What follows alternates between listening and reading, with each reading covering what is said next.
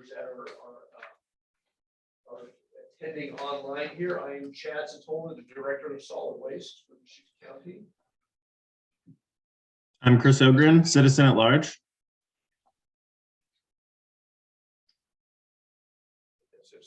Okay, Dwight Miller, paramedics, project manager for the siting effort. And I'm Susanna Jolber. I'm with Barney and Worth, and I'm part of the paramedics team for the siting effort. I'm Cassie Lacey. I'm with the City of Bend. I'm a senior management analyst in the city manager's office. Susan Baker with Republic Services, and I'm one of the service providers here. Tim Brownell, the incoming director of solid waste for Deschutes County. Mike Riley, I'm executive director at the Environmental Center. Luke Dines, citizen at large. Jared Black, citizen at large. Erwin Swetnam, Cascade Disposal. Tim Shimke, I'm the senior advisor to the Department of Solid Waste. Until June 30th. And you don't have a name? That means he gets paid a lot more money. So Keith Caceres, one of our citizen at large members from Sun River, will be here shortly. He's running a little behind schedule here. Next item on the agenda is review and approval of minutes from the first meeting. I did receive written comments from Robin Ford, one of our citizens at large, and I was hoping he would be here today. Does anybody else have any comments or corrections to the meeting minutes? Yeah, I'm gonna read Robin's comment here. I'd like to have the meeting notes reflect my concern over the use of the proposed criteria. I suggest something like the following be added, perhaps before the last bullet under questions, discussions, issues.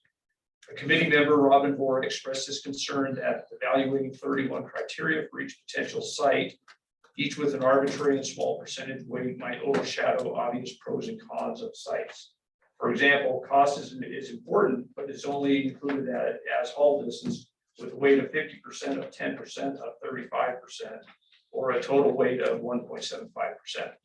The committee members suggested that a simpler, more subjective evaluation, including obvious fatal flaws, would be quicker and cheaper way to narrow the list of candidate sites to be studied in detail. I would appreciate the committee's consideration of my suggestion addition. Thank you for the detailed notes, Robin Board. So Robin is not here today. We will enter his comments into the minutes. If you recall, we did have questions from Robin at the first meeting regarding the cost considerations. And like I said, we'll add his comments to the meeting minutes. Anything else? Motion to accept the meeting minutes as corrected. So moved. Well, are you okay? Second. I'll second. All in favor? Aye. Opposed? I'll abstain since I wasn't there. Yeah, same with me. If that's the right way to do Yeah, it. right. We'll note that. Okay. Thank you. On to item number 3, discussion recommendation on criteria screening. The one thing I did want to note, so in your packet, we have a revised table 1, which is with revised, it has the cultural resources criteria, which we made some revisions to, but also it has a weighting, so that an overall weighting for every one of the criteria. So what its overall weight is against 100% for the entire weight of the process. And it kind of gets to what Robin's point here was, that this is only 1.75% of the total weight. And so we wanted and it was off of his comment as well as some other comments to have a better feel for more precisely what is the impact of each one of these criteria. Because it is 31 criteria or however many criteria, and that it does seem like they get diluted out.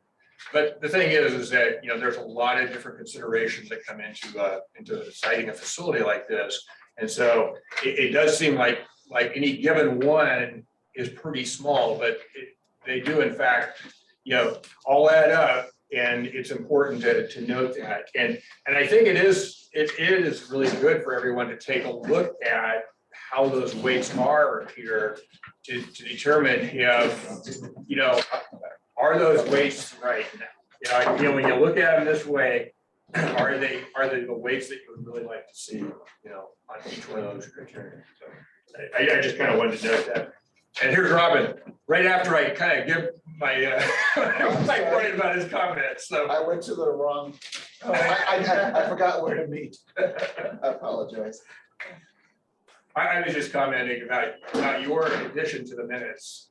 And so one of the tables that's in the packet there is we did come up with a table that shows the weighting of each criterion against, 100% essentially. And it's there to look at. I saw that.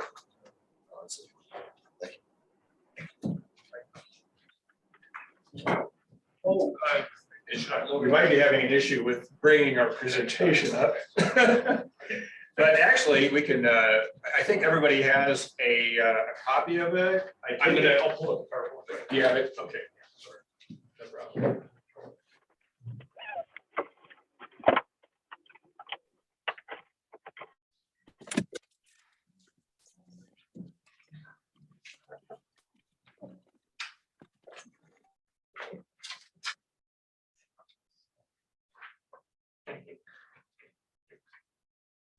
I think the first slide that we will really focus on is this one. It's the one with the inverted pyramid on it. Everybody there. It doesn't read real well on the PowerPoint, so I figured everybody could pull up their copy of it out of the packet. Get there. Okay.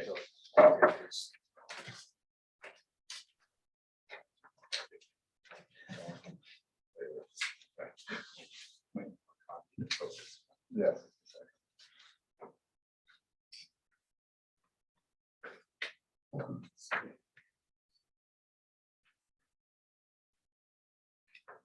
All right, there we go. Okay. Yeah, I'll call it that.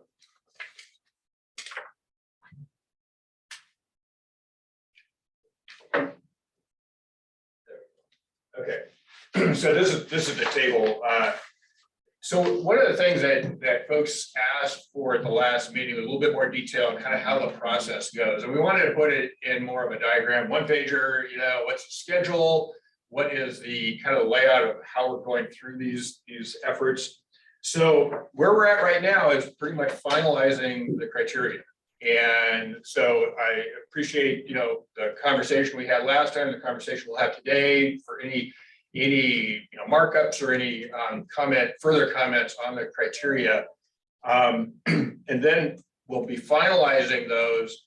And that really gets us started on the process. As I think I mentioned to everybody last time, we make a real point of not looking at sites until we're done with the criteria.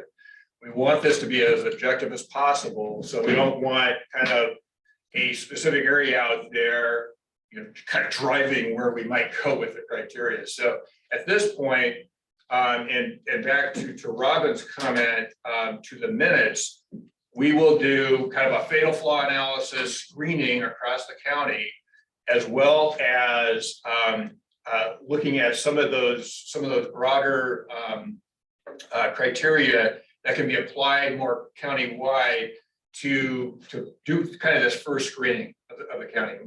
Where are areas that look like you can site a landfill and the facilities in the county. So that's kind of this next step, and we will get started with that fairly soon. I don't want to get too far ahead because this is going to commissioners next, just for their review. But at the same time, this is kind of the time when we need to get moving.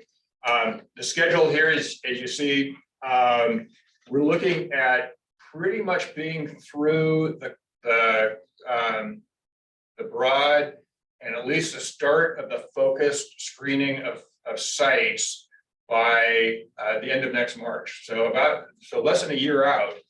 And that's pretty aggressive, actually. And so that gets us down to 3 to 5 sites for final, more detailed analysis, as I kind of described last time. And so that's what the schedule up here shows. So essentially what we did is we kind of put some narrative to the figure, just so it was a little bit easier to kind of follow where we're going from here. So really this next step is to apply the fatal flaw criteria and determine potential areas that can be facilities, sites. I like to accentuate the positive. So what are the possibilities of sites, not where you can't do it necessarily. So, but as it turns out, when you apply all the criteria, it'll probably cut out a fair amount of the county. And so it'll be a smaller amount of the county, obviously, that's then where a facility could be sited. And then that's where we kind of go from there and applying all of the criteria to start looking at sites and, where the preferred areas might be. And so that's kind of how we describe going through this. So the work that we're going through right now is what we call phase one, which is our current scope of work. And it takes us down to essentially to the 3 to 5 finalist sites that we will go into to full detail review of.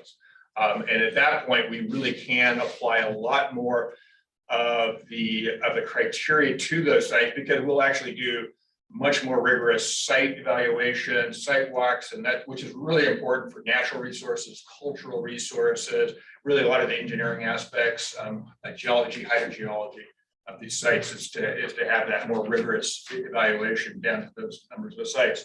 That's also where we can apply a much better understanding of the costs of developing at a given site. And so back to Robin's comment about costs, that's when we can really start getting a much better feel for, what's the cost differential between the different sites at that point.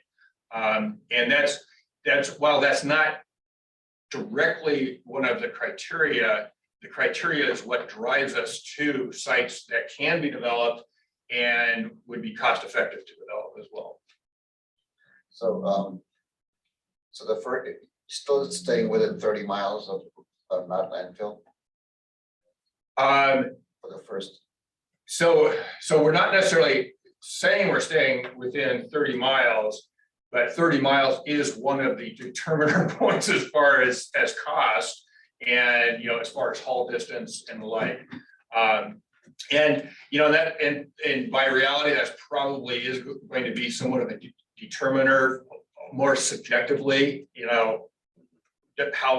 how much sense does it make to go farther than 30 miles from what we call Waste Central, which is essentially around the bend here. One of the other factors with distance, depending on the distance out, whether it makes financial sense for the local garbage trucks that are servicing, for example, the Bend area if it's South Highway 20, whether it makes sense for them economically to haul their loads directly to the landfill site or to drop them here at non-landfill, and then we would haul them from the transfer station to landfill. So that part of the economic plays into the distance from the site. So that 30-mile distance might come after the fatal flaw analysis.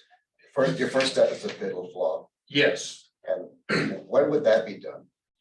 A fatal flaw analysis? Yeah, what do you expect? That is actually one of our first things that we do. When we're screening across the site or across the county, we will be applying the fatal flaw analysis, those that we can apply through our GIS system, the county's GIS, as well as all the other GIS resources that we're using here. Those that we can apply for fatal flaw, we will be applying at that point to screen out areas, where we Would that be this summer, or is that? Oh yeah, that's like happening immediately. Once we get the A-OK on the criteria, that's kind of our next step. And those will include sites beyond 30 miles. It will, because 30 miles is not a fatal flaw. It is a criteria, as far as haul distance, but it's not a fatal flaw. And then you get it down to 15 by March or before that. before that. So the 15 will probably be, later in the summer.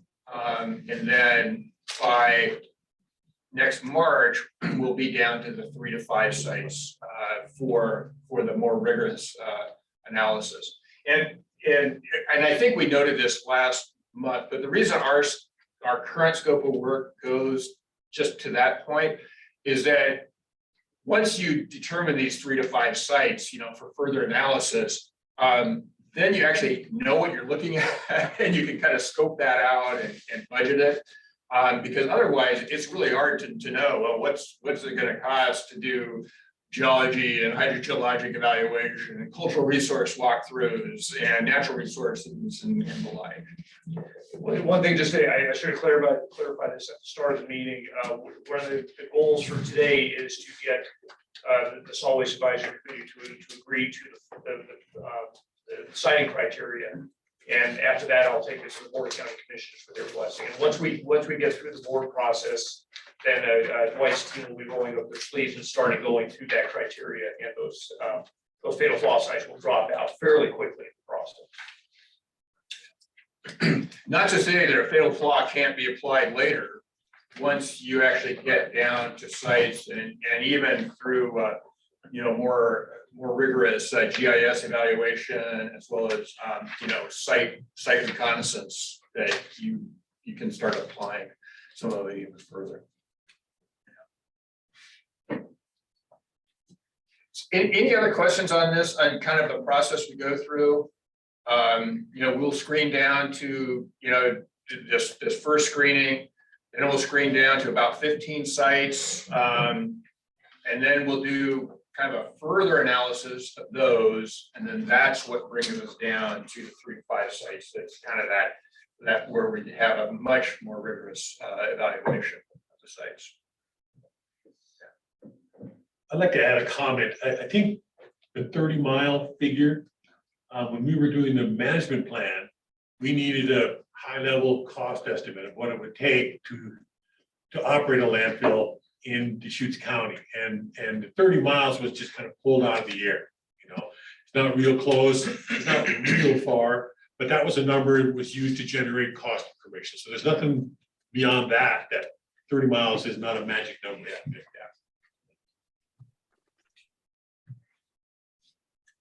Okay, let me see if it works. I go push it around. There we go. So, so one of the things that we did, our archaeologist on this project was out actually on medical leave for a time, and so we pulled together the cultural resources criteria. It's the very last 2 in the criteria that are listed there, and then we routed it back through him, so he'd have a chance to take a look at it. And he did do some tweaks to it, kind of acknowledging a little bit more that the archaeological aspects are more important than the surface and up historic aspects of a site. And so we wanted to make sure that we included that and got that pulled into the criteria. So that's the only change that you will see actually in this packet. Yes, Mary. I get your magazine, but I need to get the name on the subscription. Somebody needs to. There you go. There you go. Okay. Some tactics. Okay. Somebody's. I thought we had a comment, a question. So this is, so you'll see it in your packet there, and the final criteria. We didn't change the weighting on them. They're the same weight, the 2 of them, because we felt it was still, based upon our earlier conversation, it was still the right weight to have on it. It just really kind of tweaked the scoring, and then the actual application of, and then also the resources that are available to apply to it. So with that, we really kind of, if you had comments specific to those, and I know you're just saying those for the first time, but also the rest of the criteria. It was pretty fresh for you last time we got it out to everybody. And so we wanted to see if there is any further further comments on the criteria themselves? Kind of the whole massive, yeah, Mike.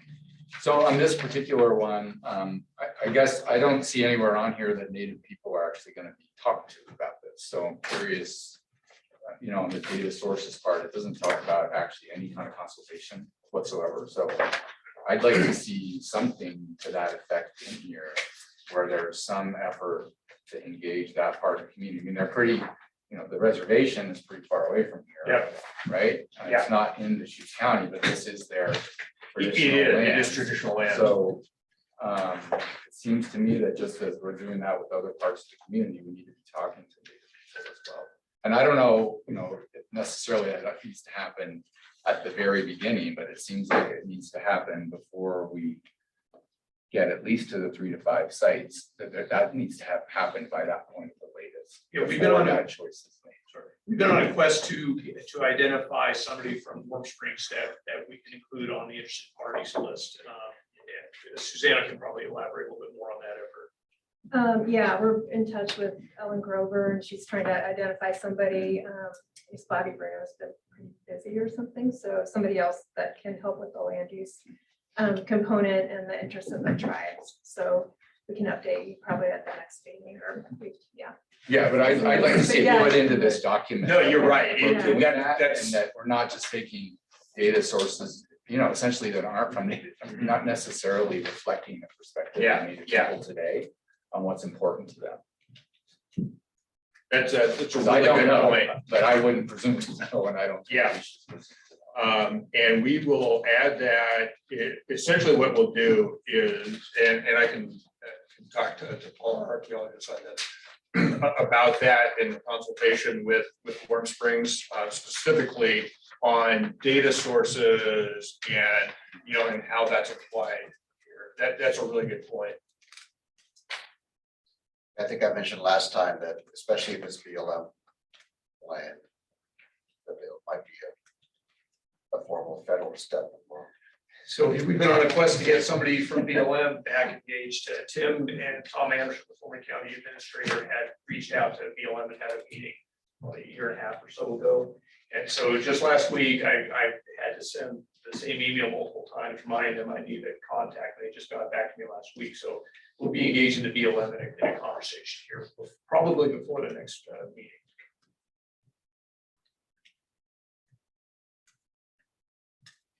Yeah, that's actually been one of our challenges is getting the right resource right. people in some of these cases to pull into this. Yeah.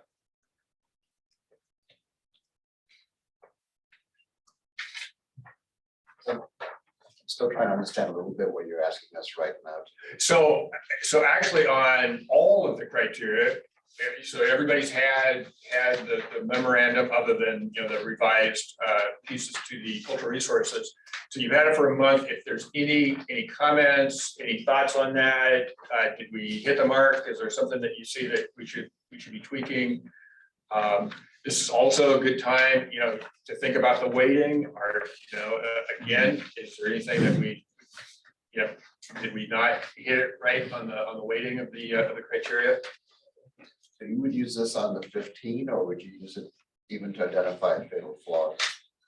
So the fatal flaws are pointed out in each of the criteria. And so those will be applied countywide. And that's what will kind of determine areas in which we could cite a facility. And then all of the criteria will be applied starting at that kind of that screen level and looking at sites. It is pretty important to note that the thing that brings sites to the table is the ownership and parcel assemblage and things like that. So we're looking at, okay, what properties are owned by the county, what properties are owned by other public agencies, and so back to the ownership criterion in here, so that we're not looking at every parcel out there, but we're using GIS to fairly quickly get to areas, or actually to sites and parcels that could be assembled that could be potential sites. And And that's not to say that people can't come forward with sites that we might have missed. I mean, because that's actually an important part of this process is for, maybe private owners or maybe even some government owners to say, hey, I've got a site that you might want to consider. That is actually one of the things to consider as well. So are the fatal flaws the ones that score 1 or are they? Score 0. Yeah, Not all criteria have a fatal flaw analysis with it, but there are a number Oh, I that see do. the zeros now. Okay. yeah. And the fatal flaws are primarily state and federal fatal flaw criteria. There are a couple, well, like for some of the threatened and endangered species, those are state and local as well.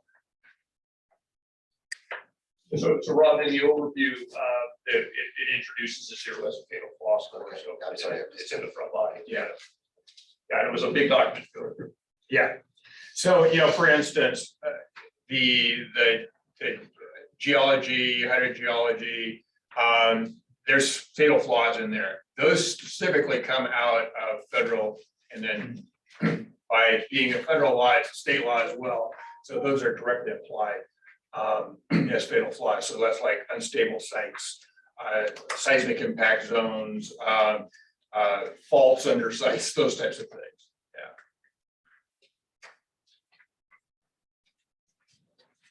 I mean, the one thing I didn't see, other than this visibility aesthetic impact, I didn't see any reference to recreation resources in terms of how close something might be. And I don't know if that was talked about or considered. I mean, I just think it's something that's potentially going to come up as, the kind of thing that people may react strongly to at a given location. And there may be a constituency that is going to pay more attention. So I don't know how that can be reflected in these criteria other than that one. But it's not outright mentioned directly anywhere. There's things like places that people ride horses, people that walk and hike and run regularly, people that mountain bike. Yeah. And when I say those, I can start to imagine them popping up in lots of places, many to the east. Yeah. That are within that 10 to 20 mile range. Yeah. That actually was a significant point of conversation in this process for sure. The county has some overlays, for that in zoning. We felt it was somewhat burdensome at this level to try to apply that for a criteria. We do have visibility and remoteness in here, which was kind of seen as somewhat of a facsimile for that to try to pick up those impacts. And it really is, one of the important things to note is that when we get down to the final 3 to 5 sites, and we're looking at those sites, there's a lot more. While we'll be objectively applying all the criteria here, there are subjective opportunities there as well, such as that, what are the impacts to trailheads, either from a transportation standpoint or from the view shed standpoint. It's so hard to apply a view shed criteria at the criteria level. So that we went back and forth on that, and that's kind of like where that came up. But it's a good point, and we can even make note of that within that criteria, in our narrative of the criteria. So in the land use section, there is a criteria that says adjacent land use impacts. So it doesn't talk about recreation in particular, but I think it would be applied there.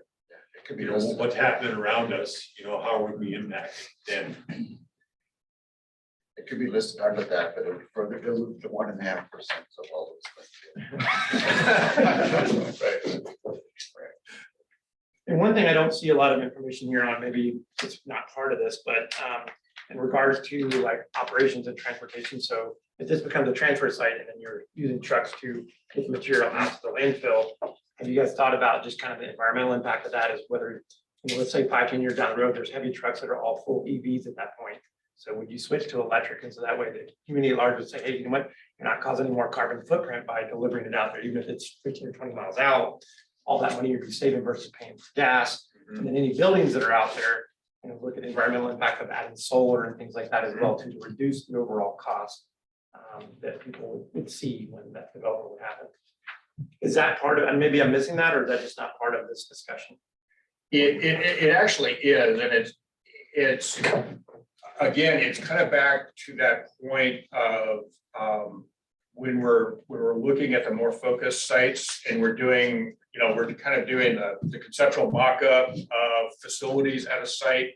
What are the opportunities for renewable energy? What are the opportunities, for recharge stations, things like that, which actually came up at the last meeting as well. The idea being that, even if you have a remote site, there's concern, okay, well, with landfill gas, we're not going to necessarily be able to clean it up to pipeline quality and then put it in a pipeline because there's no pipelines. But we could use it for refueling a vehicle because, that's one end of all the haul routes that are going out there. And so those vehicles could refuel out there.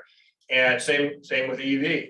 So those types of things would come into play there. And actually, I'm really glad that came up last time and then again here, because that is definitely something we will lay out in that evaluation of the sites. What are the opportunities for renewables, but I think even more so for the full use of resources at the site. As we're really making a point here, we're citing a solid waste management facility, not just a landfill. And so are there opportunities for, further anaerobic digestion at the site prior to landfilling? We're going to have landfill gas recovery, just like here at NUT, and the project that's moving forward here for renewable natural gas. So we have that opportunity. We have, like you say, we have solar opportunities, those types of things out there. Yeah, thanks. I have a question. I don't know if it's right or not, but I like the fact that we have a lot of criteria, right, to go through. But what comes to my mind when you look at all that is the success rate of getting it done and built by 29. Do we have a backup plan to extend the life of not if we get held up? Or I don't know, I haven't heard it, so I'm just curious. Is that something we should start looking at to divert some stuff before we fill it if we run and stub our toes here? We had a conversation with Cook County. They were interested in what we were doing and maybe. So it became evident clearly that they couldn't accommodate all our waste flow. But if we were in we need till 2030 or 2031, diverting Redmond, North County waste over to that landfill, we can divert some waste to the Dalles. There are landfills out there that we're willing to accept our waste on some basis. So that's basically our backup. Gotcha. And we'll just make that decision sometime in the next couple of years. Yeah, as we get closer, Yeah. It doesn't really take that long to negotiate a price and get set up to haul it, Yeah, get the trucks. So we'll wait until we see that we definitely are gonna run out of time. We need to do something. Yeah, I just see like in the trucking industry right now, we're 2 years out on buying trucks, right? So. It's not one of those things that you just snap your fingers and go down to the lot and buy a truck. Oh, So yeah, no, for sure. It's something that we have to start thinking about ahead of time. Yeah, and that's kind of the point here is that, looking at, 2029 really isn't that far out. What we've kind of laid out in the broader point here beyond the schedule we have here is identifying a final preferred site in 2024 that then can start in the permitting process, but then you have development and all that. So, but kind of back to Tim's point is that at some point in there, you'll have a feel for, well, is there going to be a need to divert some waste in the meantime? And that can go two ways. It can also be the fact that maybe waste generation goes up even more, and So it fills up sooner. So making sure that you have a backup for that. Yeah, my thought was is that if we looked at it earlier, then there wouldn't be as much trucks or trailers or Yeah. purchase or infrastructure if we started earlier than if we waited till 2028 Yeah. to say Yeah. we're screwed. Yeah. So that was one of my When you think concerns. about the Redmond waste, 25, maybe 30% of the total waste flow.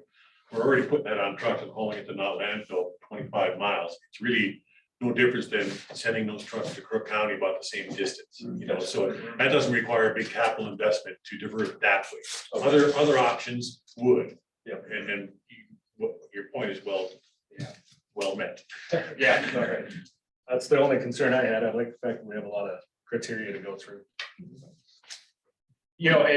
And I think I kind of described this at the first meeting, but part of the reason to have a lot of criteria that kind of cover all the bases.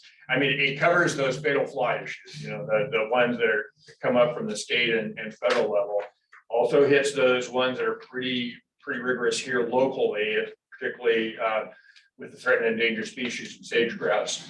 And then really kind of the rest of them, just really ensure that you have a robust review of all those options so that, when everything's said and done, you can say, we've made the right decision. And your commissioners can say, we made the right decision. And that's, really what this comes down to is a decision-making tool for you as an advisory committee, and then to advise the county commissioners, and that they feel that they have, everything they need to make that decision. Any other thoughts on? Well, on page 16 and 17, talking about water stuff, so as I was reading through this, I was wondering about first, how much water does the landfill today use? So what's the do you have a gross projection on what you're gonna need? And I was surprised to see that the water rights one, that it's not a fatal flaw to have a property that doesn't have water rights. Well, where's the water gonna come from that you're gonna use? Like Yeah. odd to me that it wasn't. Yeah, and so it's, We're gonna truck it all in. that's, you'd prefer not to, but that wouldn't be out of line, and particularly also with, essentially with rainwater, quote unquote, rainwater harvesting, and essentially by, retaining water that's running off of landfill or off of your lined areas prior to it becoming leachate. There are options of actually getting water.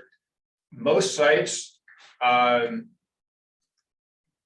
not sure what your water use is here, but I mean, we've had a lot of sites where we've been able to go in with a water budget and really shrink down their need for water.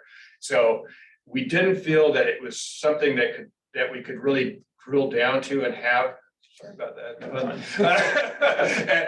and call as a fatal flaw at this point, but it would definitely be a big determiner when we get out there to those 3 to 5 sites, because if we're having to haul water, and that could be a significant cost. I mean, I just.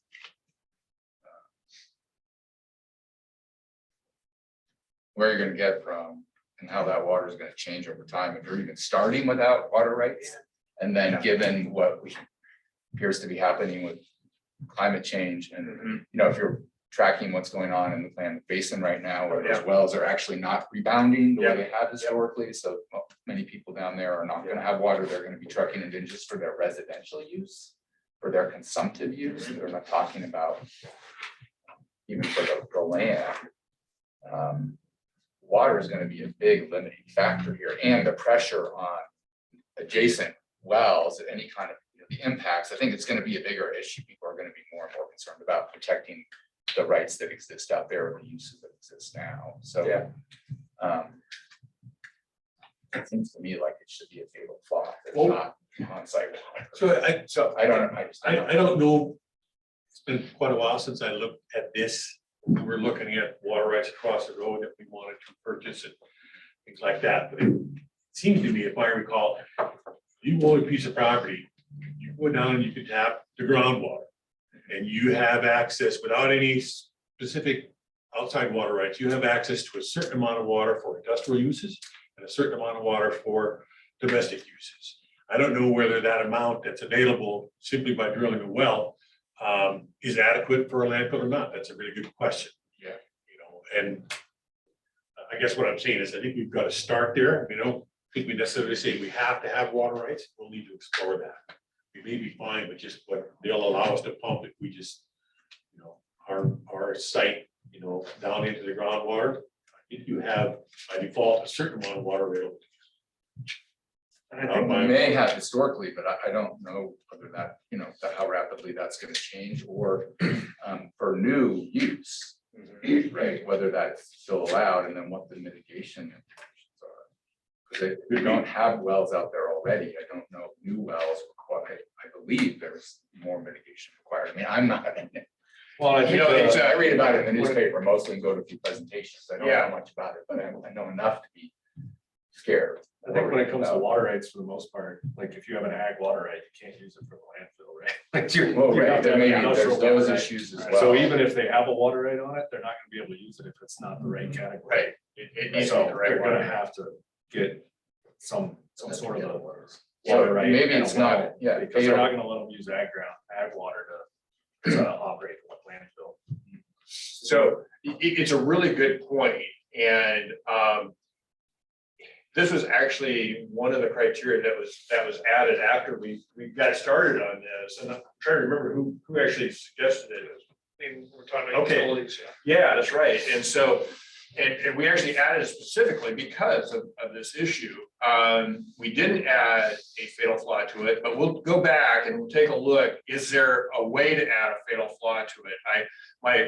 And I think what it'll come down to is a water right implied by ownership? And if so, is it enough water, you know, for the needs? It probably is enough water for the operational needs of a landfill. The bigger concern is there enough water for the construction needs of a landfill? Because, you know, construction, you know, you see water trucks out there all the time. And it's not just to cool down dust, it's also for, you know, compaction and things like that on construction projects. And so that can be a significant cost. It's not necessarily you know, I mean, you can put that on the contractor, and the contractor's got to find water, but it's at a cost. And so that's something we can look at. So maybe, just to follow up on what Mike suggested, page 16, 17, maybe you ought to define, you know, minimum water needs for construction and operation. And also, and instead of saying just water rights exist, maybe water rights can be obtained. That be what you're saying. Yeah, it just seems like it should be looked at. I mean, maybe it's not a fatal flaw, but before you're even in that top 15, like doing a quick, like what's actually here? Getting somebody from Water Resources Department or somebody to do a quick analysis for you of like, well, this is, you know, you can't use on 7 of those sites, it's all agricultural, to your point. You can't use any of it for that purpose, and we're not gonna let you use it. Well, I think You state of can't get a Oregon, new permit for that location. I think statute of the state of Oregon actually makes it really hard to take land out of ag. And the water rights, they don't want that to happen, so that'll be part of their land use criteria. It is, yeah, where the zoning. It's just really tough one to do it. Yeah, and or part of the groups of people who might oppose something because they're worried about its impact, either legally on the system or on their adjacent. So I guess following up on Luke, then, so there might be a step of going to, what is it, the LW, the Land and Water, LWCD, or to get a change. That might be necessary, I don't know. It could be a political. Good luck. Now we're. Okay, fatal flaw. Now we're seeing my concerns with 2029. Yeah, I do think water is gonna potentially be a big challenge. Quick question. Do we have any information on the, you know, amount of solid waste management facilities either in Oregon or in the country that either do or don't have water rights as a comparison that might help contextualize like the need in Deschutes County? Like have other organizations done it successfully without? Yeah, and we can kind of look into that. I think it's probably more what has happened in Oregon for other like industrial uses and you know, which would probably be helpful so that you're at least applying it in state and those uses for non-agricultural, non-domestic needs.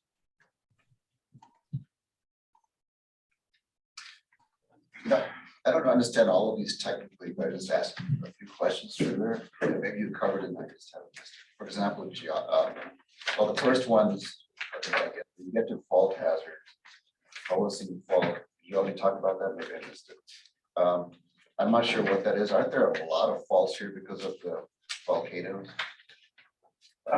So a Holocene fault is one that has been recognized in, I think it's the last 10,000 years.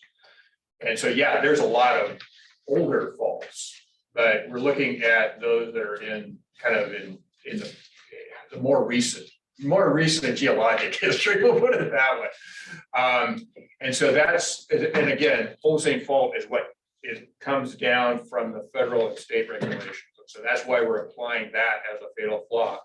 And then we're looking at other geologic hazards and the like that aren't fatal, but you know, so that's why we have distances from faults and things like that. I think that Newberry, they've got a lot of faults down there. There might be, but faults that are, you know, millions of years old are not as much of a concern as, you know, faults that actually have had activity in the last 10,000 years. And then groundwater less than 100 feet, so that'll like eliminate the Alpine area, for example. Yeah, it may eliminate some areas, but that's a real important groundwater protection issue. Yeah. Quarter mile to a well. That's what they got a lot to. I don't understand the site hydrogeology framework, fractured and porous geologic units with no loans. But what does that mean? So what we're trying to do there is come up with geology that protects the groundwater. So, you know, what is what's called the vadose zone? So the zone between the ground surface and groundwater, and how protective is that of the groundwater? So if you have 500 feet of clay materials or basalt that is, you know, kind of clay bound as well, you know, that is much more protective than, let's say you're out in a cinder area, or, you know, you're in a basalt area that's heavily fractured. So, you know, anything that could hit it is going to go straight down to groundwater. And so it's a big point. It's interesting because it is the reason why the regional landfills and a lot of the landfills that have continued operating in Oregon and Washington tend to be in east and central parts of the states because of the thick geology to groundwater. And it's really good basalt flows or clay soils or whatever it might be, but pretty good depth, you know, protection of the groundwater resources. And that's really what it comes down to.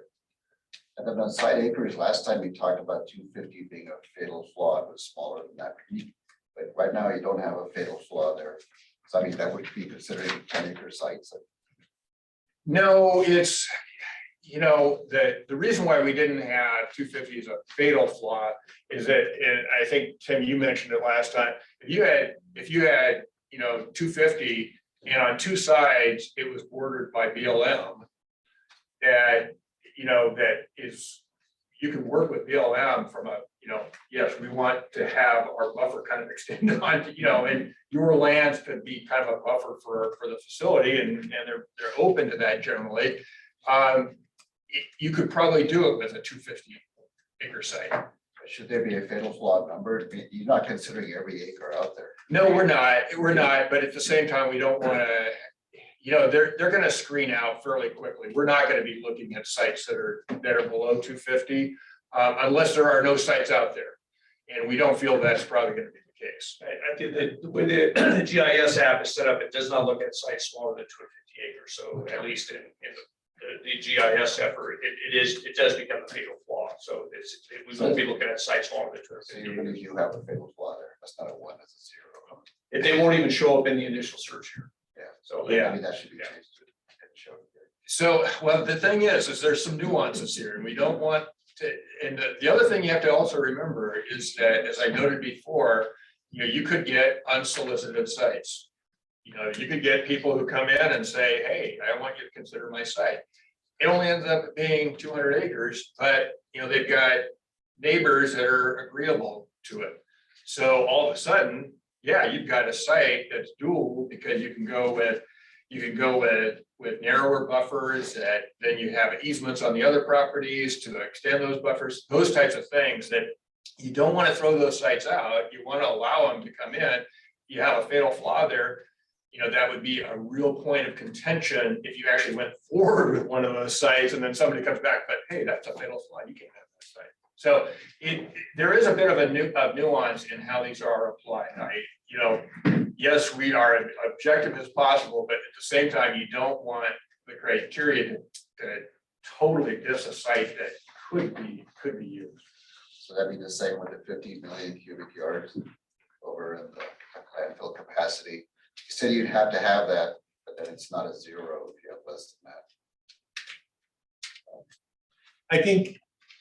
I think we want to leave the option open. Same thing. So if we find a site that's very, very attractive, except it only has 200 acres, I think we'd be very willing to say, okay, we've got a 75-year site instead of a 100-year site, and we would go with that. So I'm reluctant to kind of eliminate everything below 250, I guess, just out of hand. Let's hang on to those and see how the rest of the things score. And maybe we want to go with something less than 250. I don't know. Yeah, and it's kind of back to our point from last meeting is, we don't have a crystal ball here. So while, the last 30, 40, 50 years, has seen continued growth in the population as well as in the waste generation, there might be other options that come into play that allow for much less waste to be disposed. And then all of a sudden, back to, what looks like a 75-year site, all of a sudden it's a 125-year site because of these other technologies that allow for, this to be used for a longer period of time. And that's actually where we want to go. I mean, ultimately, you really want to use those resources to the extent that you can and have the landfill as kind of that last option of waste. And that's, again, back to the point that this is a solid waste management facility, not just a landfill. You have a chat. Oh.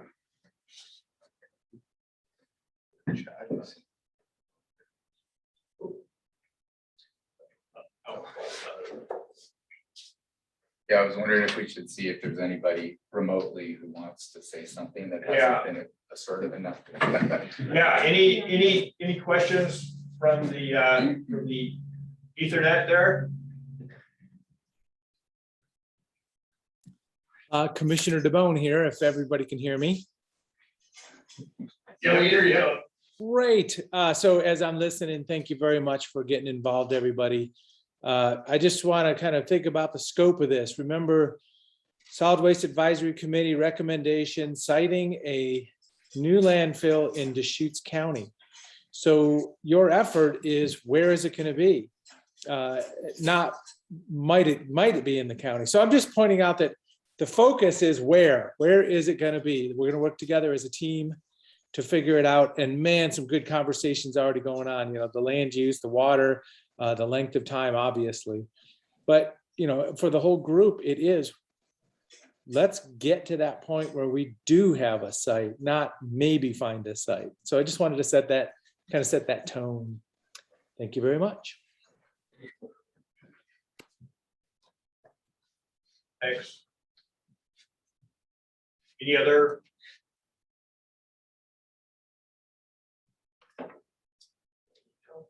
That's what I was trying to see. Maybe we can go to participants because I should probably get them in the minutes anyhow. I have one kind of general question, and I don't know like if I mean, it makes sense to me, but I wonder, has there been any consideration of population trends and where the area is growing and like putting the landfill close? I mean, I'm sure that we're putting it very close to like the population centers, but as the county grows, are there any like demographic things that are changing, or you know, if this is going to be around for 100 years, is there any consideration of like maybe moving it further towards some of the or closer to some of the smaller communities that might grow a little bit more rapidly? I don't know if that makes sense or not, just throwing it out there. We are quickly growing, and if this is going to be around for 100 years, it might just be worth considering how population dynamics change over that time.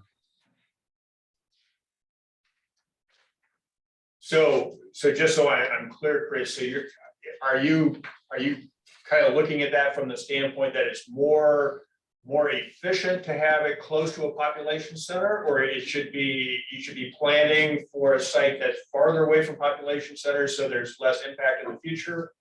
Yeah, I mean, I guess it could go either way. Like, yeah, I mean, balancing that like desire to save money, but also not have it negatively impact communities, just like considering where the main concentration of population is and how that could change, and just looking at forecasts for population growth as we're considering potential sites, I guess. And I don't know how, you know, I'm not the expert here, so I don't know how we balance the desire to save money and also keep it far enough away from folks that it's not gonna disrupt things, but just worth considering, I think, what Deschutes County is gonna look like in 50 years.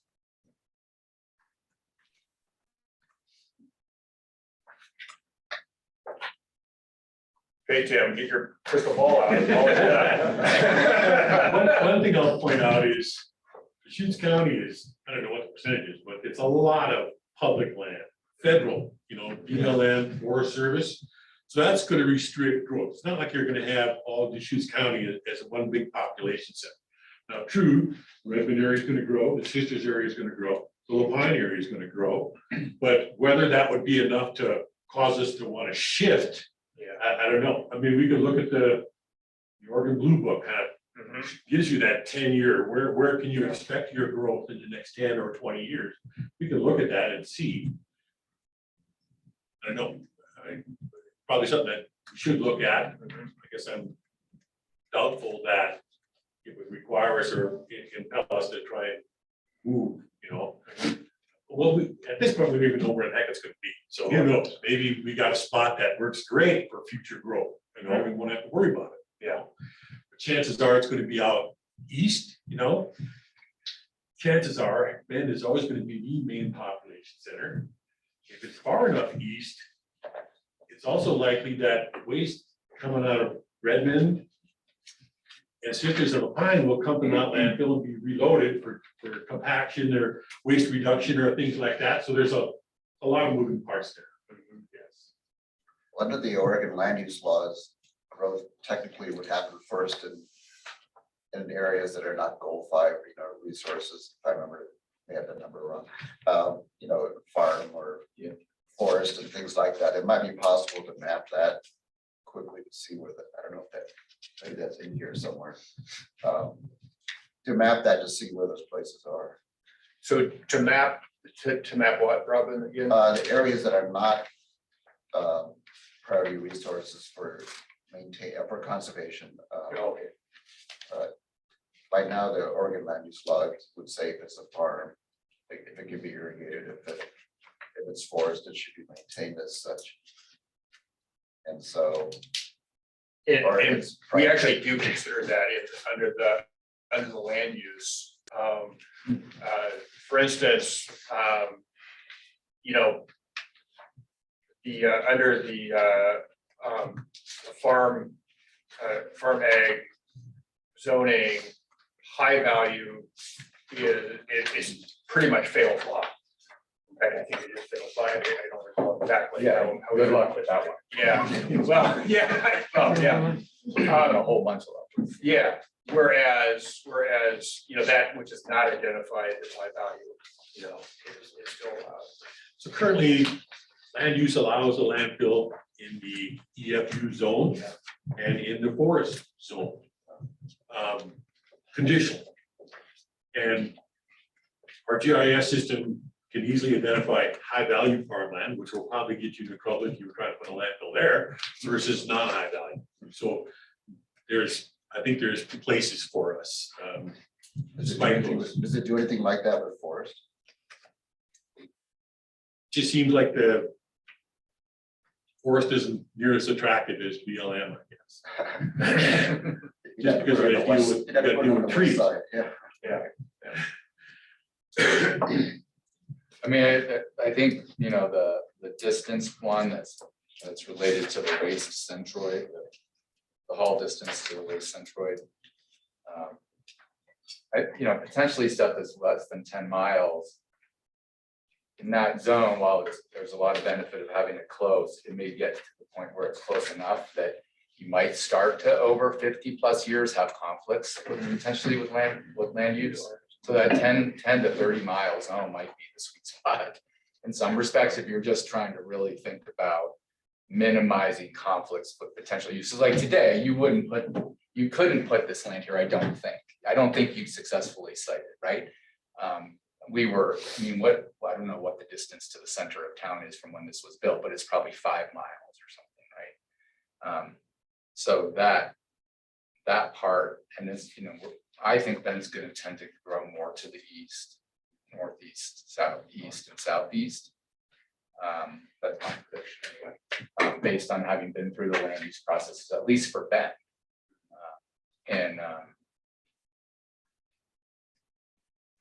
So yeah, and then you're just going to have more people in that zone wanting to live there, even if they're technically outside of Bend, they're in the county. You're going to get more of that land converted over time slowly to residential properties of some kind, even at lower densities. So, you know, a little bit farther out is probably better. So I don't know if there is a way necessarily. This is one of these subjective things that's just going to come up later. Yeah, no, I can see that. And it actually, you know, and we can kind of look at that haul distance a little bit more, just because it's not like, well, yeah, you know, 5 miles would be great. Yeah, but only from a haul distance. Right. No, That's only one criteria. Yeah, just for what? But we don't want that to kind of skew it. So maybe it's like, okay, you know, greater than or at 10 miles, or, you know, between 10 and 15 is the best, you know, and then, you know, less than 10 is the same as, you know, more than 15 or something like that. Just so at least we kind of recognize that it's not really that high value to have a site that's really close. Yeah. Although I'm not sure if Chris, was that your comment? You wanted it close to reduce haul distances? No, I was just saying I'm not in a position to judge, like, to weigh the merits of, you know, having a shorter haul distance versus disrupting or whatever, causing negative impacts in the community. I just think it's a, you know, it's a discussion we're going to have at some point of where the sweet spot is. Yeah. So I just think all these comments are great in that regard. Udara, did you have a question? Yeah, I was just typing it in the chat, but I can ask. It's another land use question on page 27 and 28. They describe the adjacent land use compatibility and lists agriculture as one of the land uses that are more compatible adjacent to a landfill, and scores it as a 5. Could you describe some of the considerations that determine ag is more compatible as an adjacent land use? I could just imagine that being more of a concern for folks. And I think that was just brought up in terms of farmland as well. Yeah, I think the difference there is being a neighbor versus being the site. And so ag, meaning that it has lower population impact. And so that's kind of the driver there, as opposed to you know, like residential, you know, where there's a lot of people, whereas ag, it's not the people, but I mean, it is the ag land, but we're not looking at the site being on the ag land because it would have already been screened out for that. Now, it's not like there's a lot of sites that are going to probably be, you know, next to good agricultural land and not agricultural land itself, but there could be. And so we wanted to kind of recognize that. And it could be, you know, that the lower value EFU ag lands too. But it's a good question, because I mean, it's, what we're really trying for here is adjacent use that impacts the fewest people, particularly residents. I think that once we decide on a site, wherever that is, we should be thinking about, okay, how do we protect this? I mean, surface mining zone has a surface mining impact zone, so people can develop inside the impact zone, but when it's got that designation, they know up front, hey, the surface mine was here, you're gonna be subject to noise and dust, and you can't complain. I don't know if we could do something like that on the landfill side, but I think it would be wise to do whatever we could to protect that site from that encroachment. That's a really good point. And yeah, you can kind of push that off by going farther out, but I don't know if you can pull it off forever. Yeah. Can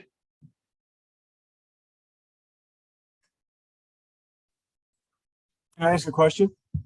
Yeah. Thank you, and I appreciate it, because I'm not formally a member of the committee, so I just want to make sure that we don't lose sight of this. As I look at the criteria weighting and I look at the natural environments, the one that I don't see listed that I expect is a fatal flaw and have checked with the Department of Land Conservation and Development, and we have adopted into our Deschutes County Comprehensive Plan, is the Metolius area of critical state concern.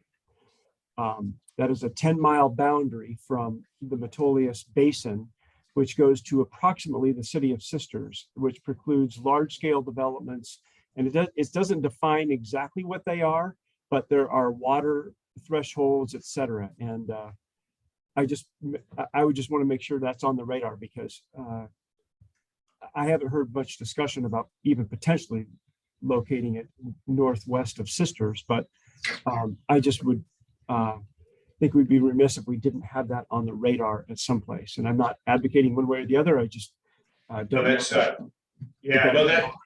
that's great, Nick. Can you drop in the chat kind of that a little bit more, like the citation for that? Yep. That'd be great. Yep. I think our GIS people have mapped that. That's what I thought. We did include it in there, yeah. Okay. It just didn't call it specifically out within, Along those lines, the wildlife combining zones, those, maybe Nick knows better, but those don't include the mule deer winter range, do they?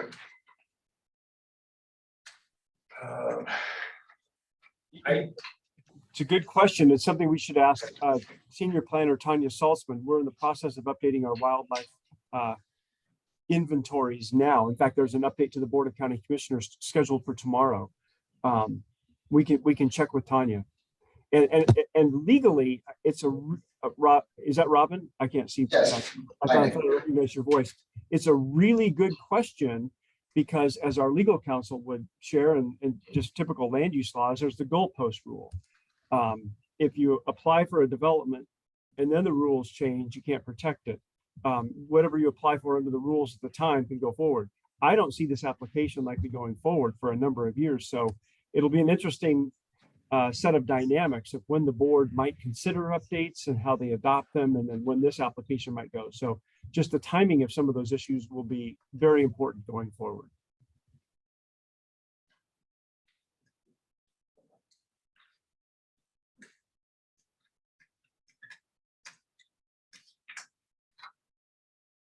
I guess as a summary comment, I think it's a pretty good comprehensive list. I would add consideration of 4 things, the 2 that Mike mentioned, if there's an objection by the tribes, that might be a fatal flaw on a specific site.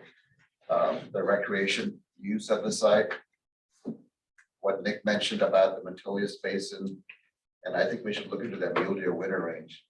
I know you're not thinking about sites on the west side, but if the GIS comes up with some in mule deer winter range, that's zoned that way by ODFW or the county, we may want to See if that, I don't know if it's a fatal flaw, but it may be close to it or at least a score.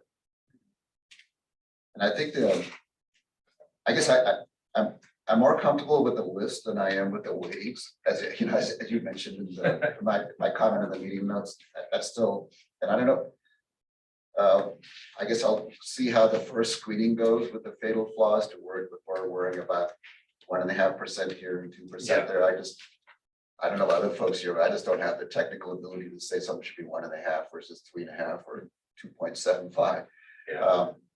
And there's so many that my concern is that you could get skewed in the math, and it could lead you to something that if you just talk about it is intuitively not what you want to do. I think one of the things that the criteria, particularly, doing the screening with the fatal flaw, and then the broad site screening after that, just applying most of the criteria, will probably get us down to a fairly reasonable number of sites to look at fairly closely. And that, one of the important things in a process like this is to make sure that you don't throw out possible sites, for things that you don't have enough information on. So that, that is part of the reason why we kind of do this in steps. So that then ultimately, you're able to say, we're going to go out there, we're going to do some site recon, and we're going to be able to get a little bit better feel for this site, which we don't want to throw out right now because, it looks like it could score better, and it's got other really good solid attributes. And so we've generally developed the criteria to allow that. Fatal flaws are fatal flaws. Those sites are off. But the others, we want to have it nuanced enough that, the county can look at some of these, say, well, yeah, that actually, it's only 200 acres, but it's got this great land use around it, and it is protected because of that, and it's not in a view shed of a hiking trail, and it's, those types of things that, might lead you to a site that, right offhand, you might say, well, no, we wouldn't be going there. But, it ends up being a much better site after you just look at it further. So Dwight, have you ever seen in a process like this where you have your initial criteria, they help with the screening to get it down to, let's say, the 15. Would you ever see at that point, you're pulling out some of the criteria and you're doing a reweighting, this group and the board reevaluates the weighting criteria at that point to go to cost, to go to environmental impact? It could be, yes, we have seen that. I wouldn't say necessarily kind of a wholesale, reweighting of things, but looking at, once you get into it, it's like, wow, this land use really is the critical issue. We need to put more weight on that. And so you do. And that's kind of how you get your sites that, are going to be able to make it through your process, because, there are different risks in doing this. But, really your biggest risks are ultimately time, because of 2029, as well as, cost risks. I mean, as Robin knows, one site could be a lot more expensive than another site. You got to make sure you're considering it in that. And so when we get down to that fewer number of sites, we can start looking at those things a little bit more. Is this site going to be able to go through the process in a timely manner? No, because it's got a rezone, it's got a conditional use process that's going to make it even harder, and those types of things. Yeah. And yes, we have looked at that in the past. But I mean, ultimately, they're other than it can't violate any law, right? Yeah. And I mean, other than that, ultimately, it does come down to sort of some weighting of a set of values. Does this fit for the community or not, right? Yeah. And that's not, in the end, that's the commissioner's decision. It's not our decision. We recommend something to them, and then they take it from there, right? So that is what is going to happen. It's going to sift out, and there's going to be some set of criteria that are going to emerge from this, and this method here is great to kind of give us a sense of, well, these seem pretty viable, and here's the pros and the cons. But then there's these other criteria going to show up, and partly it's going to be who makes the most noise, how much, all that sort of thing, and we're going to get basically so something different than this, which I think was your point also at the very beginning, Robin. Like, this is really helpful, and we're going to end up with a filter that's not going to look just like this at the end to make decisions. Yeah. And final recommendations. Keep in mind too, at the start of this, we're gonna have change. Yeah, yeah. Based on all, the current conditions at the time. We could have more than 100 sites to take a look at it. There needs to be Yeah, so some there has to be a way to do it. Oh, yeah, no, exactly. And then I think at some point, there's gonna be you have to look at the impacts of the pros and cons. I mean, because some cons could be, they are initially, when you first look at it, like, oh, that's a non-starter, but then you actually look at other factors, you're like, well, can we live with this portion as long as we get benefit over here? So now, this is a unique and interesting process. I'm looking forward to the next step as we progress through this timeline. I think your point is really good, because I think that's gonna happen with every candidate site. We're gonna have to balance those pros and cons. Right, yeah.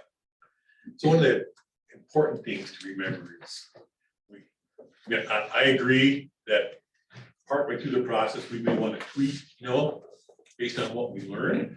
But what you don't want to have is the impression that you picked your site months ago, and now you're just adjusting your criteria to get to the site that you want. Okay, so that's going to be tricky. Yeah, looks like. I think when we go to the public with it, or even the commissioners, they're not going to maybe want to do a lot of detailed math or even try to understand it. They'll want to say, well, what are the real pros and cons of these your last 3 or 5 sites? Yeah, and that's a good point. Our deliverable coming out of this first phase is going to be a document that kind of walks through a narrative of each of the sites.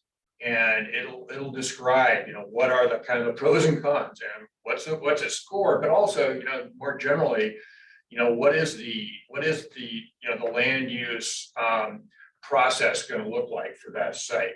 What is the environmental permitting process going to look like for that site? What's the solid waste permitting process going to look like for that site? So that, it's kind of provides that narrative background for decision makers, this advisory group and the board, to be able to say, okay, now this kind of walks through, and I more fully understand that site, how we got to that site, 1 of 3 or 1 of 5 or whatever it is. Like, Mike and I worked on the UGB expansion. I was trying to think there's an analogy in that process that could be used here. But there we talked, well, it's gonna be really expensive to get sewer there versus moving it over here, or less than mule deer or farm use or something, but it wasn't anything. I don't remember us going to anything quite this elaborate. It was more like, here's 3 or 4 things that really make a difference. Yeah, there was some scoring. Some scoring, but I can't remember. Yeah. How long ago was that process? 2016. Yeah, 2016 it was adopted. Okay. Yeah, I want to say 14, 15. Okay. The second. That was, I was gonna say. 2008. 7 and 8. And that one was an example of what not to do.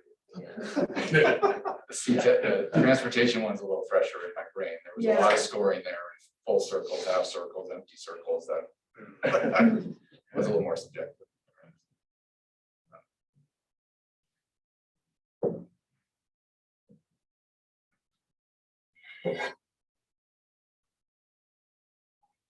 Well, the reason I asked that is that, it's good to look back at past processes, what worked well, what didn't work well, but then also just kind of what the public sentiment was.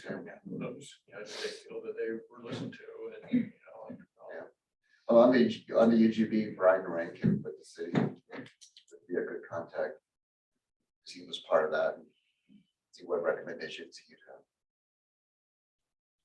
And there was a lot of legal requirements for that one. Yeah. Right? They're just around EFU, and there's the state lays out a whole process you have to go through. There was direction also that came down from the state because it had to be redone. So there was a pretty tight boundary within which you could operate.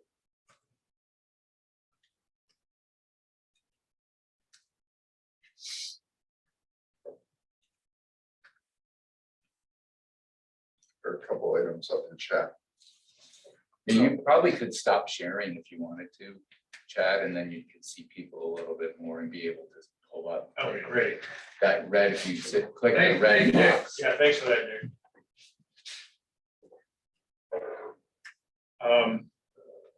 Actually, when I gotta go into the slide here, I want to make sure we got some. Yeah, so this is just kind of into the criteria weighting and the table that we provided that has the weight all the way down to each of the criteria.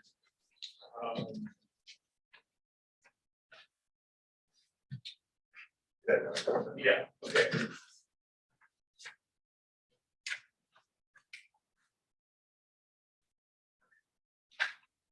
No, they're not infallible.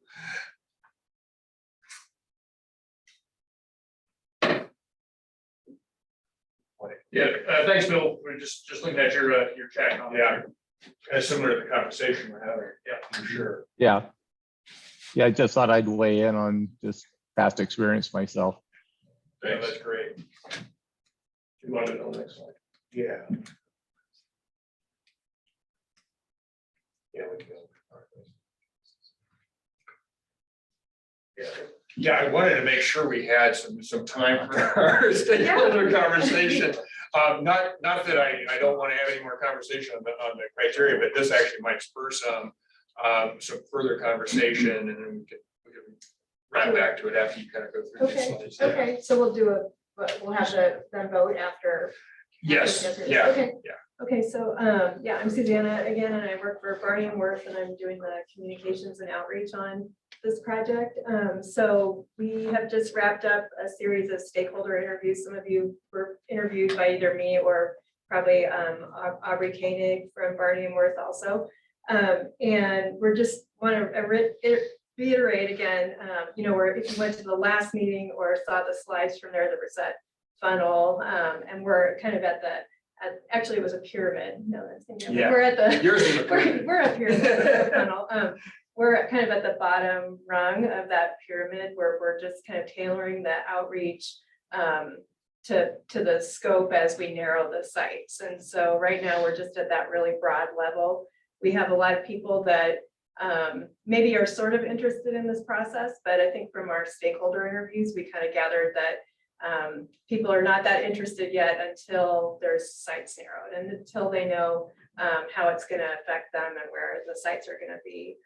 So just some themes from the interviews. We reached out to about 20 folks. We interviewed 12. That doesn't mean we're not going to interview people anymore. It just means that this is what we've done in the last like 2 weeks, 2 or 3 weeks. And so the 12 people, some of them were SWAC members. Some of them were representatives of the cities of Redmond, Sisters, Wilpine. We couldn't reach anybody. We're still trying. We're trying to reach the tribes. There were some environmental interests. Let's see, folks from DEQ. Some of them were on the call here, and we'll be talking to them more, the permitting agencies, as we go along. So common themes, you know, it's that delicate balance. The site should be close to town, but not too close. So that's going to be sort of the struggle and ways into that 30-mile idea of the waste centroid. So important concepts to think about with criteria. I think we've got them pretty well captured in here. So wildlife, flora, wetlands, waterways, sensitive landscape, and also marginalized populations came up quite a bit. And I think that will tie in. We've talked about maybe as we narrow the scopes, applying that a little bit more because it's tough with the 100 sites to look at broad demographic criteria and the economics of areas. So that'll be weighed in more when we get down to the smaller site list. But the way that ties into communications is that we need to be kind of outreaching more to groups that are normally not involved. So Latino Community Association, of course, the tribes were mentioned, the Central Oregon Black Leaders Assembly, a host of other groups were mentioned, and those will all be in a summary report and be tailored to kind of the smaller group of sites. People also mentioned, I didn't put it up here, but the recreation piece was mentioned a lot, and that will be in our report too, but I was surprised at how many people mentioned impacts to hunting, fishing, hiking, birders, all that kind of thing. So it is something we'll probably want to keep in the back of our minds and on the criteria ranking. Also, the precipitation, climate, wind came up because of odors and the impacts that high winds will have on odor transmission, and then potential for groundwater pollution. You could go to the next one. So we also asked interviewees about a variety of outreach techniques, and these will move along as we, sorry, look at this. I'm sorry. That's okay. We'll go back to chat. No, I've got it right here. So we'll be working on, of course, the project website. The county has one up and we'll be helping them with that. E-news, utility bill inserts. I don't know, the garbage collectors here. Do you think people read those? I heard from a number of people to still use them, but I don't know how many people really read them. Some people were skeptical. If I about do them. an air, people say they don't read them until I put something that's a mistake and then I.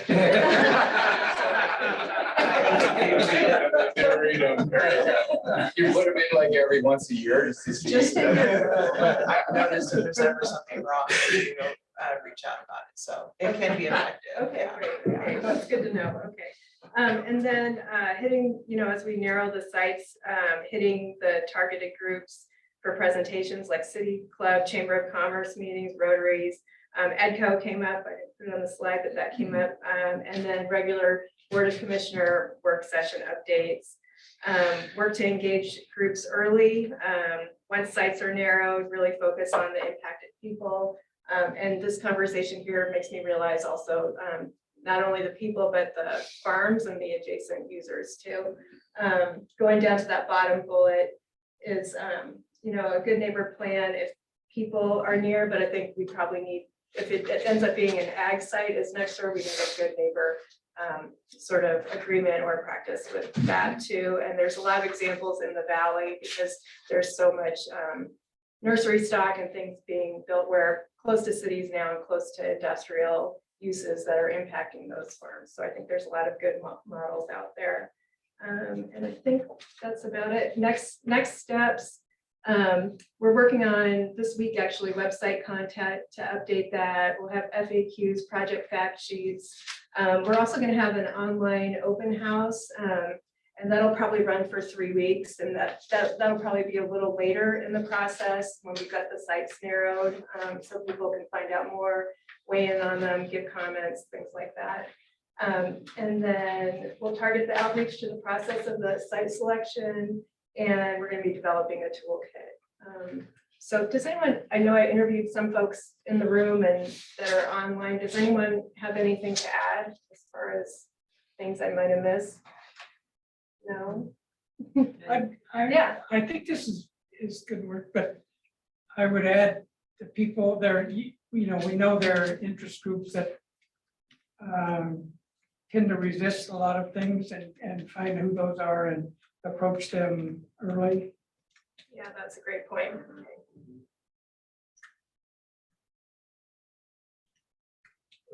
Mike, I'm assuming there'll be an opportunity to revisit with the Central Oregon environmental groups that we did that meeting with a couple months ago. Yeah.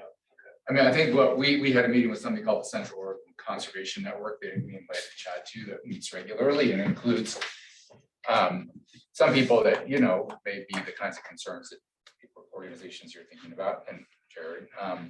And really what we heard was until there's more specificity, it's a little hard to react to much of anything. And I think that's generally what we're going to find, right? As we get closer and closer to 3 to 5, we're really going to know what the concerns are here. And we want to make sure we get the word out really loud so we surface them early. Those are potentially big delays. Yeah. Oh, yeah. Yeah. I really think it can come from, it could come from all kinds of angles that are unexpected. I mean, you could find that site is like hunters. It's really important to them, and they don't want another impact on a place where they're hunting. Right.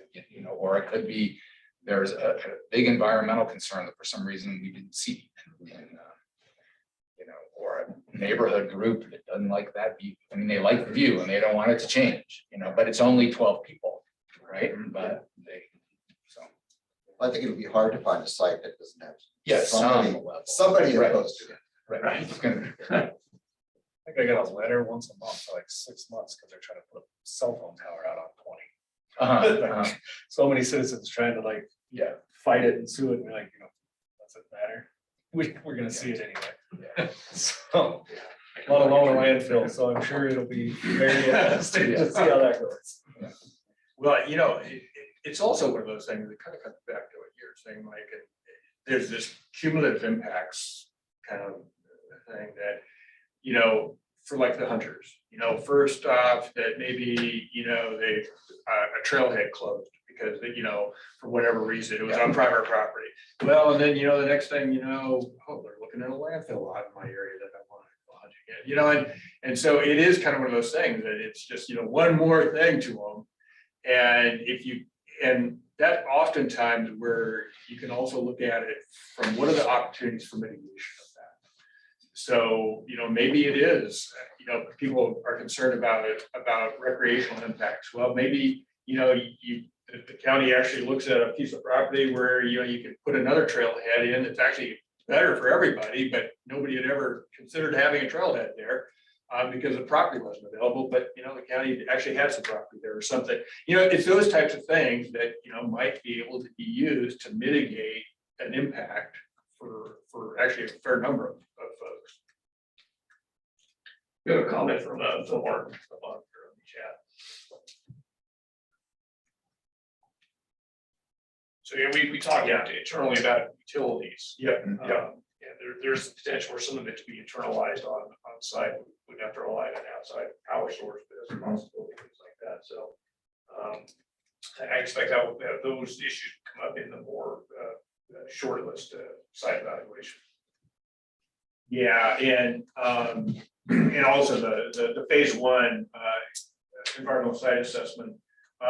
That's a good point. It actually is somewhat what we would do once we got to specific sites, because obviously you don't want to buy a liability.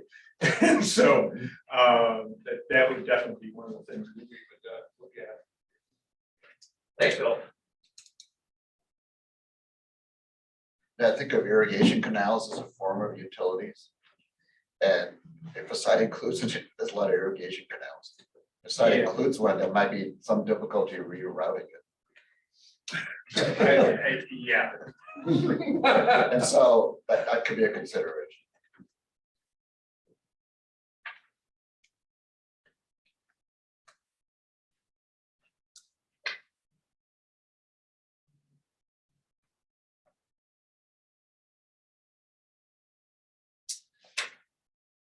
Did we talk about climate change last meeting? Legislation and state direction. There's going to be a lot of changes over between now and 2000. The next 7 years on that, depending on elections, I guess, who's in office. But I don't know if Nick Lilac might know better, but LCDC, they got the climate friendly communities now, the new direction coming out. And there might be something in there that might wind up affecting these criteria, besides haul distance, obviously, less greenhouse gas emissions. I'm a little familiar with those rules, and those are more for the urban areas. Yeah, they're more for the MPOs and like urban stuff, not for. You don't see anything coming out that would affect the land. Not in those rules, but there might be others, yeah. Other than, methane production, for recreation of methane, this landfill is gonna be farther down the road, the closure of this one, and what we're gonna be dealing with the methane there. Methane capture methane capture rules could just get. They're already here. Yeah, we're here, and they could just continue to get tighter. If they get tighter. But really important for the next 10 years, 15 it years. is, and I think where we're gonna see this impacting this process is impacting it in a positive way, from the standpoint that, looking at alternative, solid waste handling methods, more resources, looking at it more as a resource. And so organic waste are handled, as organic materials and are composted or anaerobic digested, to accentuate, gas production for for renewable natural gas. I think what you're gonna see is these things are actually gonna be positive impacts to this process. And that is, again, back to my point, that's one of the reasons why we're looking at this as not just a landfill, but a solid waste management facility, because there's a lot of other opportunities out there that are part of this site. And then part of really kind of the rework this is gonna have for the county of all of the solid waste operations. So, here, as this transitions to more of a transfer station, here and, other activities that can happen here, and then what will happen out of the new facility as well. But, those are, I think that's why, if we cite a 50-year site today, it probably longer term, it would probably be a 100-year site, just because there's probably gonna be less waste. I always think positive.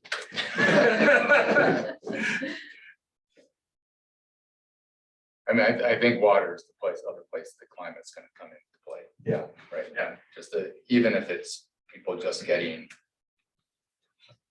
much more concerned about protecting their rights, even if it's not triggering changes from a regulatory perspective or a legal perspective. I think that's the other place, because if the drought persists, 3 years from now, it persists and decisions are being made in that context, it could be a different game in terms of how people perceive the threat. One other thing I did want to note is, and we've been talking about it kind of longer term, within our kind of on the consulting side, actually, and I'm not sure how much we've talked about it, Chad, but it's looking at using some of the environmental sustainability rating systems to look at how sustainable the process as well as the ultimate project is. And so, one of those is to Institute for Sustainable Infrastructure, ISI. And they've developed this, what they call their Envision rating system. And so I'm one of the practitioners of it, and it's actually a really good system. And you can have a verified site, you don't have to go that way, but it just goes through a lot of really good ways of looking at sustainability and resilience in your operations, as well as in the construction of a facility and the planning of a facility. And honestly, this is one of the first things that is part of that process, is a solid community process to determine what you're going to build, so that you build the right thing. And so I think back to this point, I think while you may not want to apply that explicitly, it's still really good to look through some of the process that goes into that, because it really does help to kind of get you centered on, well, what are we really wanting to build here, and to make sure it's the right project. Well, that's a great point, because I mean, as we think about this, the site we end up officially declaring as the right location, and we go forward with, it's going to be impactful for 50, 75, 100 years. Exactly. That's a long time to really think forward on that. It puts a lot of weight on our recommendations, right, thinking that far out. Yeah. Yes, yeah.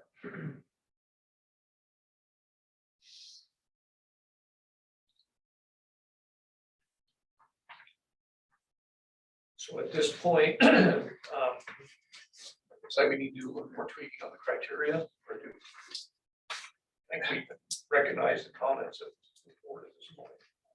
I would say we could probably recognize them. Yeah.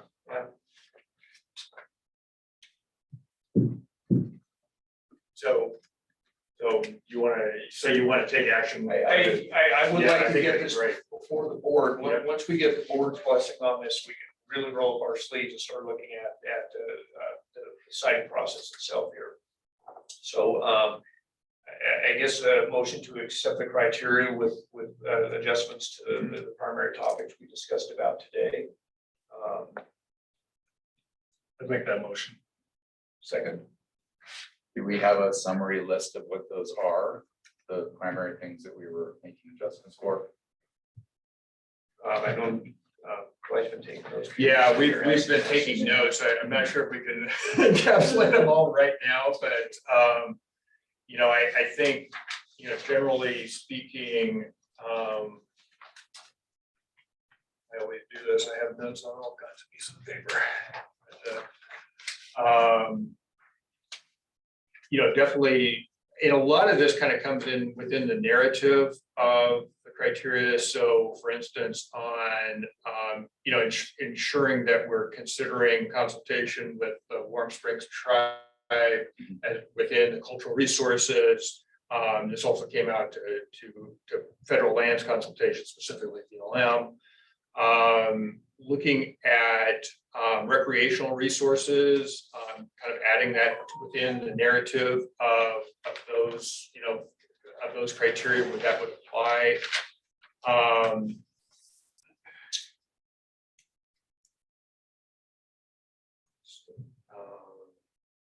Looking more into water. I was gonna wait a minute. We have Dwight go down this list. Yeah, so water supply, and, you know, looking at that from the standpoint of what is needed for water, and then, you know, what does the, what is allowed for water supply on sites, and so looking back at water law on that. And so ensuring that we get that worked into the narrative of that criteria, and if necessary, actually we're tweaking the scoring based upon that. Yeah, if you learn a little bit more, then Yeah, maybe there is a fatal flaw. yeah, exactly, possibly a fatal flaw. Did you say the BLM representative? We talked about something like that. That was just something that we're gonna get for bringing on. So, yeah, we'll be, Okay. Tim and Tom Anderson met with BLM quite a while back. One of the concepts talked about was the BLM being willing to work with us on maintaining buffers around a site that we might select that would be adjacent to them. Mr. Chang has asked about possible use of BLM land, so we want to revisit that with him, excuse me, with the BLM. They have an existing list of disposal sites that, not disposal sites in landfill, but sites that they are willing to part with. If we do something like land exchange, it gets far more complicated, because we have to do a deep analysis on county property for that, but possibly looking at their sites on their disposal list, if they're viable or not, so that'll play into the process a little bit, but yeah, it's been a challenge to try to get hold of somebody, and I did finally get somebody last week, so we'll be having a conversation with them. But that's not going to change anything in the criteria. We do have a listing on federal land acquisition, but we need to go through that, kind of revisit that process with them. Yeah, looking further down here, I'm actually looking just at the ones that impact specifically the criteria, because we've had a lot of other good discussion that will actually, I think, come more into further narrative later on. But looking at haul distance, again, is there value to not necessarily consider things closer than 10 miles in a positive manner? And we'll take a look at that, see if we can tweak that one. Kind of making note of under adjacent land use, that what we're really trying to look at there is the potential residential impact, or residence impact through that. Adding the Tolias Basin and Mule Deer Winter Range as two areas here for consideration. And then determining exactly where that's best applied.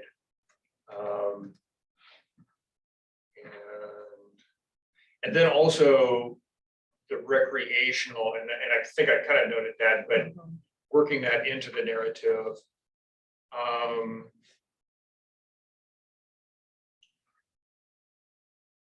I think that's really what I picked up as far as what will specifically come into kind of tweaking the criteria. Anything I missed in We that? talked climate change, and I don't know how, it's so broad though, I don't know how we kind of narrow that down. To where Yeah. it makes sense in a criteria list, but talk about various aspects of that that we'll be I think one person mentioned utilities on the chat.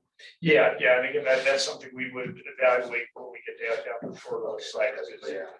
But I made the comment earlier, we're gonna have probably a list of over 100 sites to get into things to that specific detail would be a challenge. And then I mentioned irrigation ditches. Recognize that the landfill will not be visited by the general public.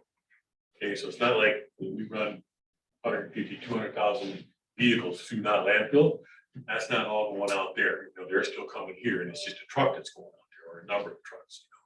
You know. But from a utility standpoint, you know, it changes, you know, what we might need for water and electricity and whatnot.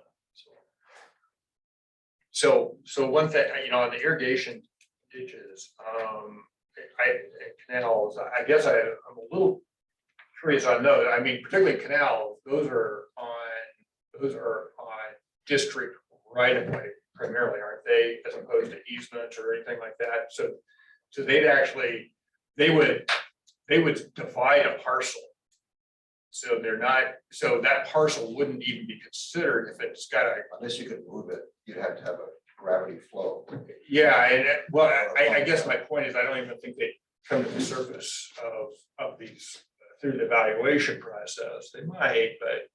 Yeah, Irrigation, part of the land use. When you consider it, I mean, we talk about surface water. Yeah. You know, impacts of surface water. Yeah. Well, that's streams, rivers, and canals. Yeah. The irrigation I think it's district in- has rules on, you can't build so Right. close to the canal. I mean, you Yeah. own the property, but they tell you what you get to do with it. What you can All the do way with to it. the Okay, canal. So yeah. There's, Okay. that's gonna come Okay. out when you go through the process, so.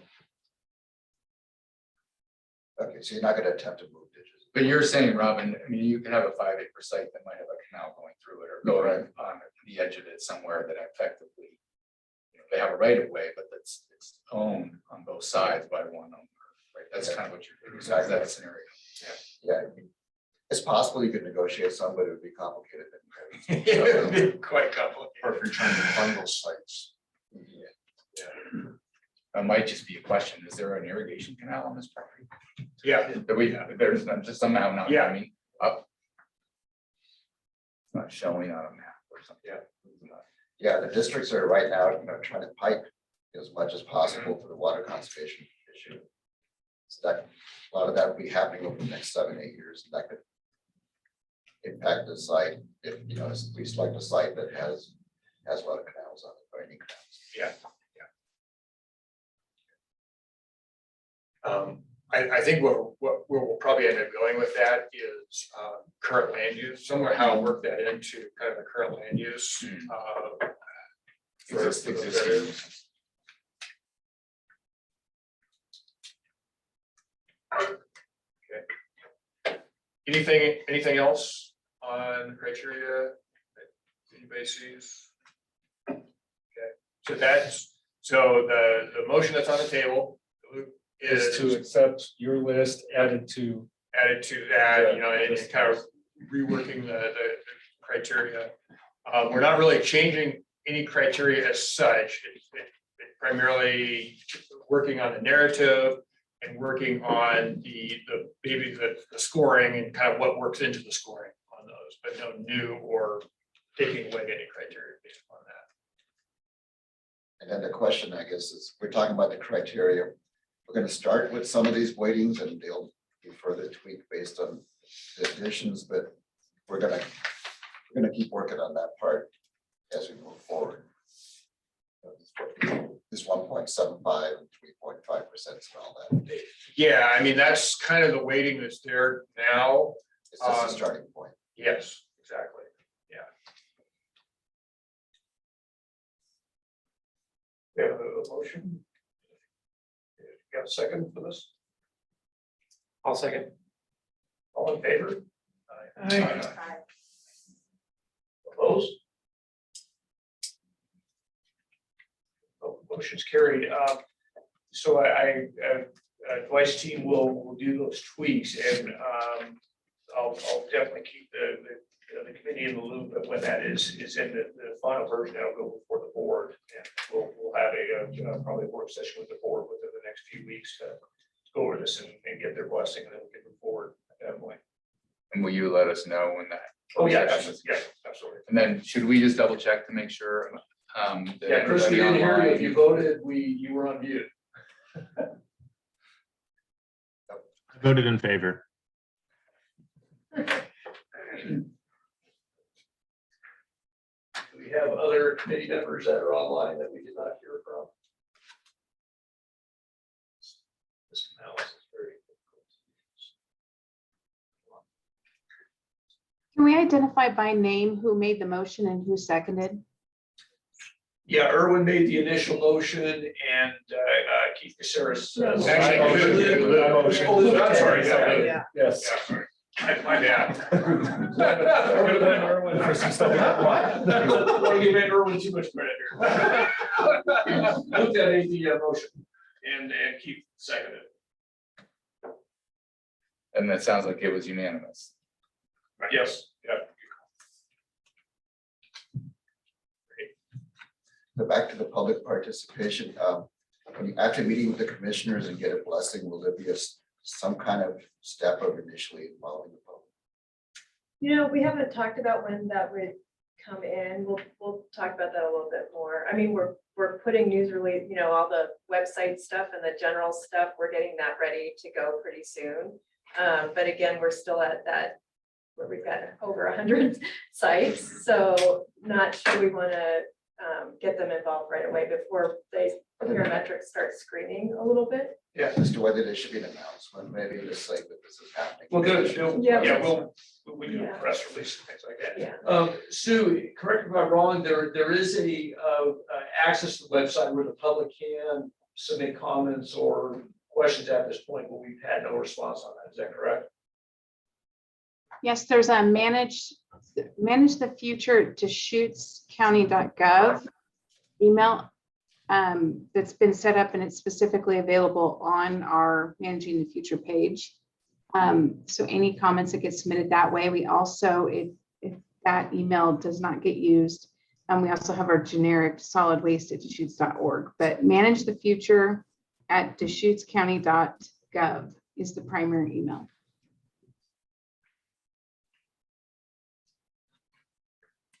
I suppose if it's presented at a public meeting, maybe you'd have to with the county commissioners. So there might be some press there who will pick up on that. Oh, I'm sure they monitor the agendas. Yeah. So the next steps, 2 minutes left here. So we had the motion to accept, and we'll make the updates to the criteria. The other action item, so we are going to move forward then, based upon acceptance from the commissioners, going forward with the broad county screening. And then and that's gonna take some time. I mean, go through that and then start to work into the broadside screening. So from our standpoint, we thought that next meeting, we would not come back specifically addressing, criteria or anything like that. But we would actually be working on the countywide screening and that work, and then probably the July meeting that we would come back with more content coming out of that. So you kind of see, okay, well, what does that look like, across the county? And then next meeting, looking at possibly having a site tour. Yeah, for those committee members, well, just public that are interested in this, I think it'd be helpful for the committee members if you have not attended a tour at Not Landfill, that we provided a site tour and give you guys an idea of what the nuts and bolts mechanics of operating a landfill are, as well as looking at how the county has approached landfill operation. We have one of the better run sites, if not the best run sites in the state by reputation. And I would encourage the committee to participate in that tour, give you guys an understanding of what we're moving towards as far as the new site. So that'd be 11 o'clock right after. Whichever works time wise for we could do it at the start of the meeting, or we could have a somewhat abbreviated meeting in June and then do a site tour for that. Tours typically last 45 minutes to an hour, depending on the level of interest and questions. So the next meeting is gonna be relatively light. I think so. They'll be Mostly on immersed tour. in the criteria application. So we might have some brief update, there may be some more information on public outreach available at that, but it'll be a bit of a light meeting, yeah. And is there a date in July set already or not? Susie, I anything else? see for June on the agenda, but. I think Yeah, it's when always the she's third doing them. Tuesday. So it's gonna be the 19th. Yep, July 19th from 9 to 11. And for those that came to the wrong location for starts, will we be holding meetings here until we start realizing we may have capacity issues here, and then we'll have to look for another venue, but for the time being, we'll be having meetings here at the road department.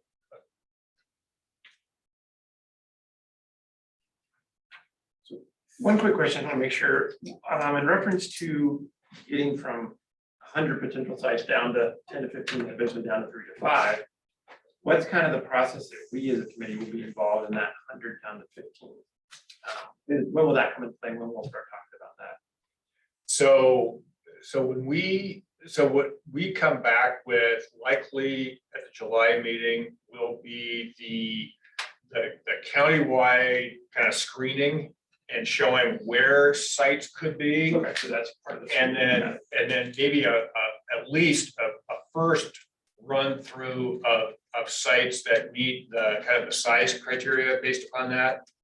And so we'll have at least that much done, but we'll probably be into broad site screening at that time. I'm not sure we'll be far enough along to really present something, because when we present it here, it's presented to the public because it's a public meeting.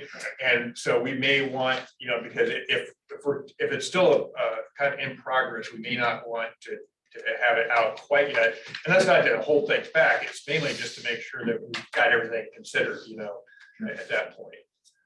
But then I would say that definitely by August and then into September, we will have, well into that broad site screening, and, probably by September, be down to, roughly the 15 sites. That would be my goal in this.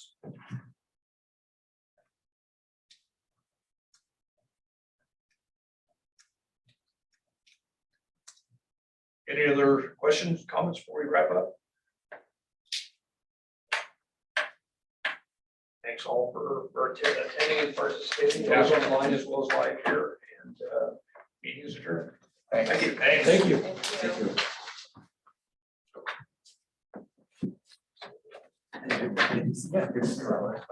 Yeah.